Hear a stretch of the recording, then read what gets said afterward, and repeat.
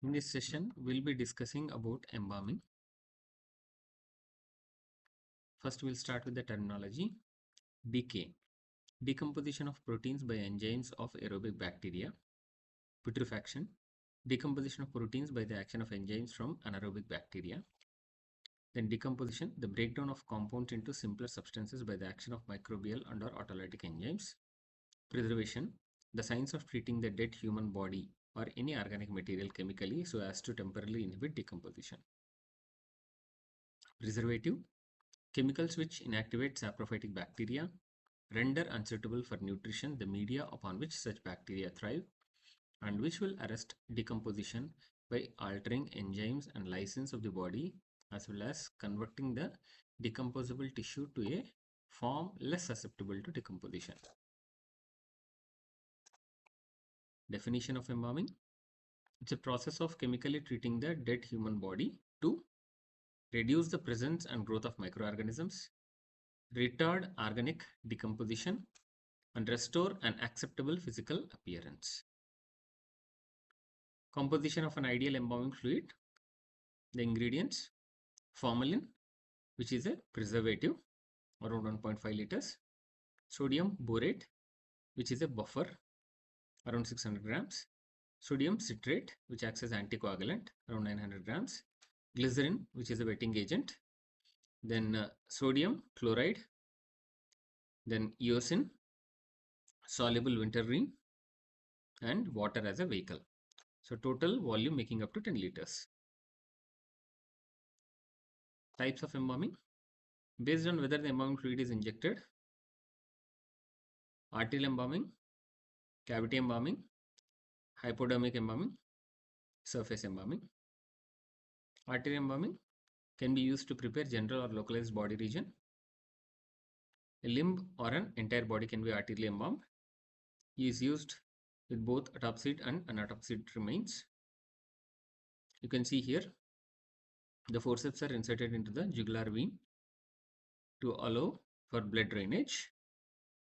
Then the embalming fluid is forced into the carotid artery here by embalming machine, which in turn forces out the blood through the jugular vein.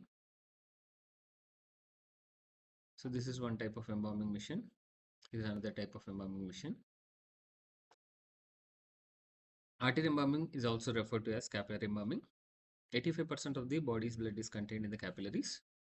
The embalming fluid must go through the capillaries to enter the tissue spaces where it makes contact with the cells of the tissue and the body's protein, thus embalming the body. Cavity embalming.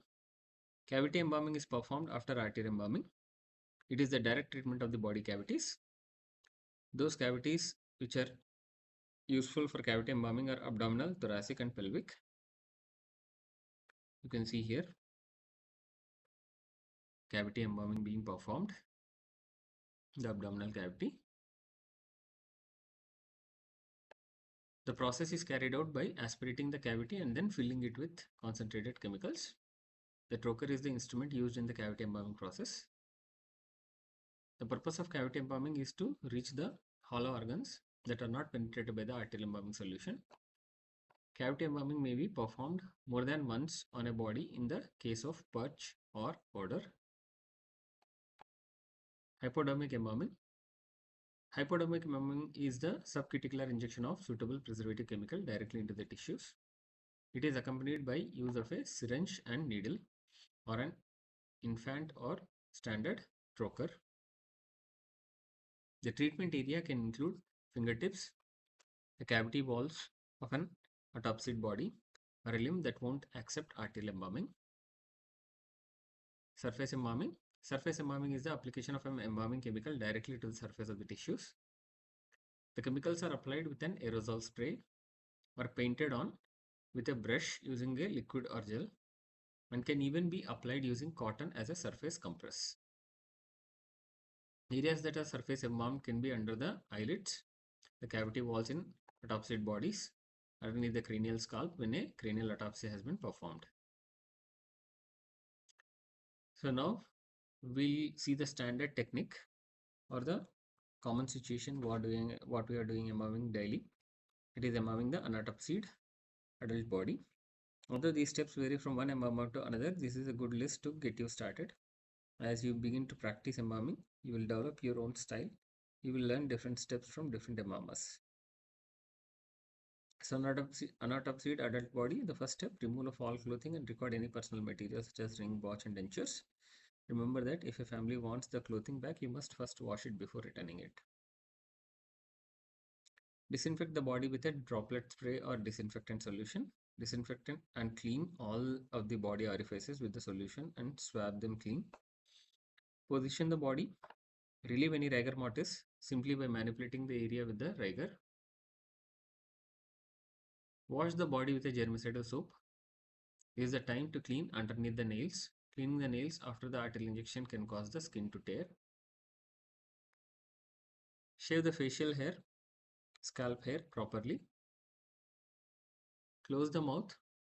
Close the eyes. Use an eye cap. Place massage cream on the entire face and neck at this time to prevent drying of the tissue during the arterial injection. Select the artery and vein that will be used in the process. Select and prepare the fluids that will be used. Inject the embalming solution. After the arterial injection, determine if surface or hypodermic embalming is required. Remove the arterial tubes and drain devices. Dry and tightly suture the incisions.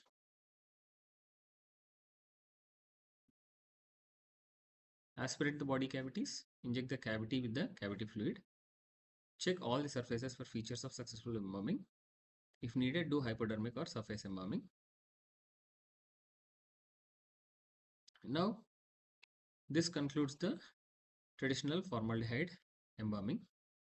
Now, if you go the soft embalming, Thiel soft fix embalming, like formalin fixed cadavers are not so flexible for utilizing for surgical training.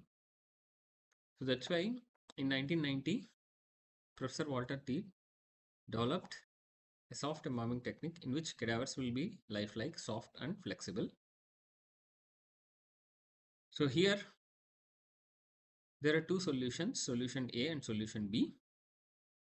So the chemical constituents of soft embalming, in solution A, there is boric acid, which acts as an antiseptic. Ammonium nitrate and potassium nitrate are salts which absorb water and give red color to the muscle. Propylene glycol, which preserves moisture. Then tap water, hot tap water, which acts as a solvent. Ethylene glycol, again, which preserves moisture. Then chlorocresol, it acts as a preservative. 4-chloro-3-methyl-phenol. So this is solution A and this is solution B. So now this will be mixed in different proportions, which will be used as an injection solution first. That means in the soft embalming, first initially there will be a injection solution which will be prepared, which will total make up to the capacity of 15 liters. As you see here, solution A, like containing all these ingredients, it is made up to 14,300 ml. Then solution B is made up to 500 ml. In addition to that, a small amount of formaldehyde and sodium sulfate are added. So this will be the injection solution. So after injecting this solution, the body has to be stored in a container having the immersion solution for minimum period of 2 to 3 months before being used. So immersion solution is prepared by following ingredients like ethylene glycol, formaldehyde, boric acid, ammonium nitrate, potassium nitrate, sodium sulfate, hot water, and solution B 2 ml. So this is totally, we made it up to a concentration or a volume of 100 ml, and as this amount of 100 ml can be multiplied with required number to make up the volume in which a body can be successfully immersed. So advantages: excellent flexibility and tissue quality, good haptic properties, increased range of joint movements, less dissection time required, easy identification of individual muscles, easy approach towards areas such as axilla, manipulation of limbs, testing of equipment and devices.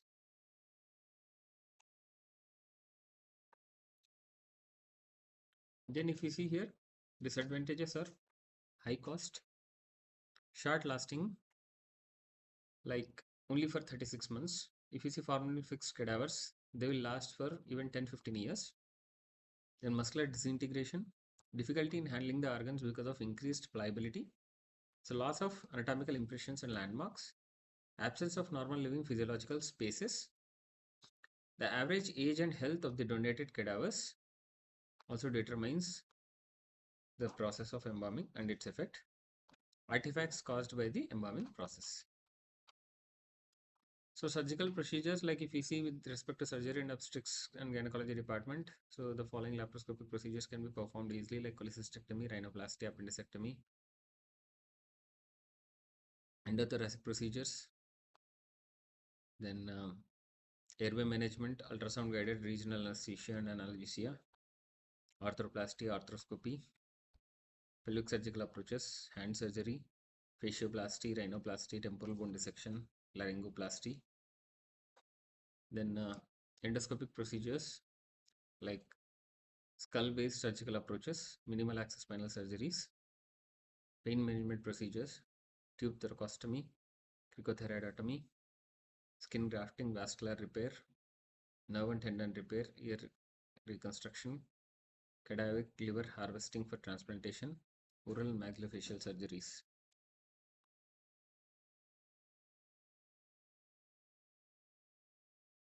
So as today we are dealing with the Department of Neurosurgery, so I thought I can give you the overview of formaldehyde embalming, thiel embalming, and latest techniques. As you can see here in this image, you are seeing thiel embalming method with additional intracerebral ventricular formalin injection for cadaver training of head and brain surgery. You can see here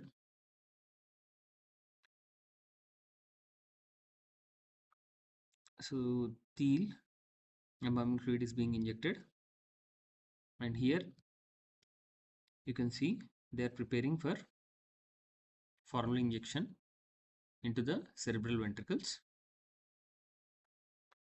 Clearly you can see the skin incisions at the right coccus point and left frontal forehead. This is the right coccus point and this is the left frontal forehead. And you can see the conformation of cerebrospinal fluid backflow from the, here you can see this particular point. You can see the backflow of cerebrospinal fluid. Then you can see the injection of 10% formalin into the CSF space. Here you can see the emission of CSF from the left forehead hole, this particular point.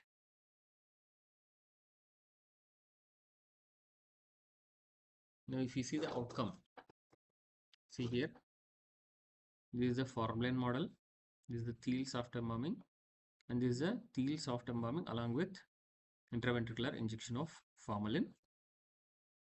You can observe here the formalin fixed nerve exhibited discoloration. Then the nerve with thiel embalming had a pink color and wet texture, whereas the nerve with thiel embalming and intraventricular formalin injection has an intermediate texture.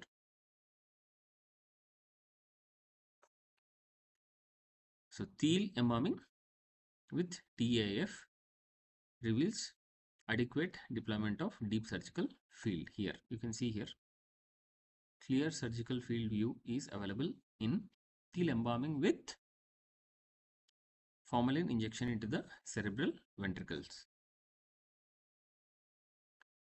So out of the three methods, the thiel embalming with intraventricular formalin injection has provided adequate surgical fields and acceptable surgical coloration exhibiting an appropriate fixation for cadaveric surgical training. So overall, we have seen some terminology, then defined the embalming. We have gone through types of embalming like arterial injection, cavity, hypodermic and surface, and fluid compositions, embalming of unautopsied body, and soft embalming. So these are the references. Thank you.